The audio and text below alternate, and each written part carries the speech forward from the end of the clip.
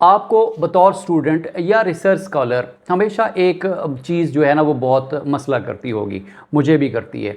वो है मुख्तलिफ टर्म्स का आपस के अंदर मिक्स हो जाना।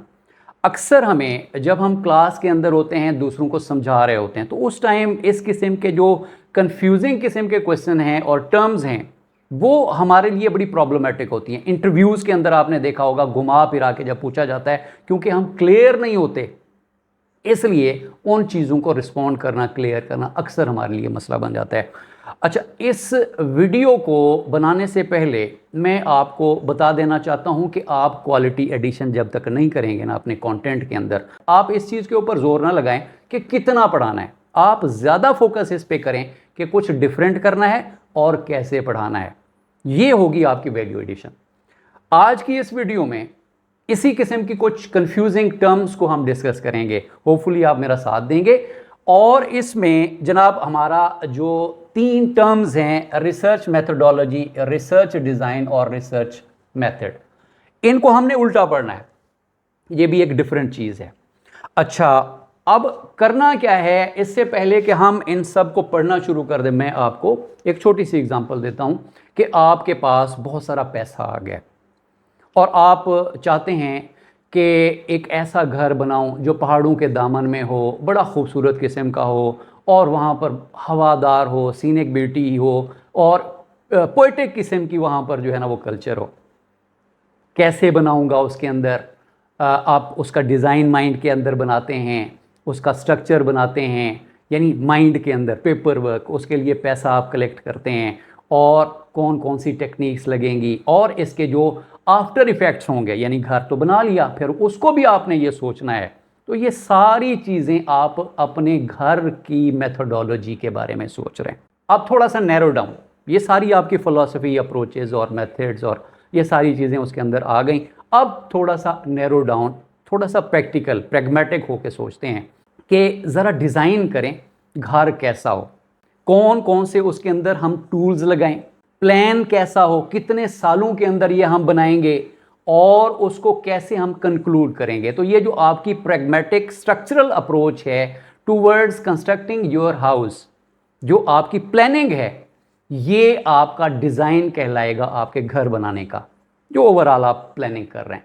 फर्दर क्या है जी, फर्दर आपका हो गया कि जी घर तो पहाड़ों में बनाना है, लकड़ी से बनाएं या ईंटों से बनाएं, वहाँ पर कंक्रीट का कितना इस्तेमाल होगा, कंक्रीट होगा कि नहीं होगा, तो जल्जले से हम कैसे, वहाँ पर तूफ़ानी बारिशें होती हैं, तो आप उसके लिए उसको एक प्रॉपर मेथड, उसके लिए टूल्स, उसके लिए जो आपको मटेरियल चाहिए, टूल्स और मटेरियल स्पेसिफिकली आप कहेंगे कि ये मेरा मेथड होगा, उसमें मैं लकड़ियाँ लगाऊंगा, वहाँ पर जो है वो स्कैफोल्डिंग के ज़रिए उसका थोड़ा स्ट्रक्चर भी बनेगा। आइए अब हम इन टर्म्स को क्लैरिफाई करने की कोशिश करते हैं और यही चीज़ आपने जब फर्दर आपने टीचिंग करनी है या कुछ इस किस्म की करना है तो इन कंफ्यूजिंग टर्म्स को थोड़ा डिफरेंट अंदाज से करेंगे, तो ऐसे समझेंगे कि आपका जो लिसनर है वो आप उसको घोल के पिला रहे हैं। तो this should be your teaching style. आइए सबसे पहले समझने की कोशिश करते हैं हम रिसर्च मेथडोलॉजी। जो रिसर्च मेथडोलॉजी है वो क्या चीज़ है? It refers to overall approach and philosophy to conduct a research study। यानी इसका ताल्लुक आपकी रिसर्च अप्रोच से है और आपकी फिलॉसफी से है। आगे कि जनाब आपने it includes philosophy, approach, qualitative approach है, क्वांटिटेटिव अप्रोच है, मिक्स्ड आपकी अप्रोच है, वो क्या है, और उसके अंदर डिज़ाइन भी शामिल हो जाएगा। एक्सप्लोरेटरी डिज़ाइन है, डिस्क्रिप्टिव डिज़ाइन है या एक्सपेरिमेंटल डिज़ाइन है, और रिसर्च एथिक्स भी इसके अंदर शामिल हो जाएंगे। इसका मतलब है कि जो ओवरऑल आपकी फ़िलॉसफी और अप्रोच है उसका ताल्लुक रिसर्च मेथडोलॉजी से है। इसके अंदर ये वाले कंटेंट्स यहाँ पर जो लिखे हुए हैं ये शामिल होंगे। अब हम देखते हैं रिसर्च डिज़ाइन जो है वो किस बला का नाम है। तो रिसर्च, जब डिज़ाइन की बात हुई तो हम फ़ौरन हमारे जहन में स्ट्रक्चर और प्लानिंग का वर्ड आना चाहिए। तो ओवरऑल प्लान और स्ट्रक्चर, ये प्लान होता है या एक स्ट्रक्चर फ्रेमवर्क बनाते हैं कि हम अपनी रिसर्च स्टडी कैसे करेंगे।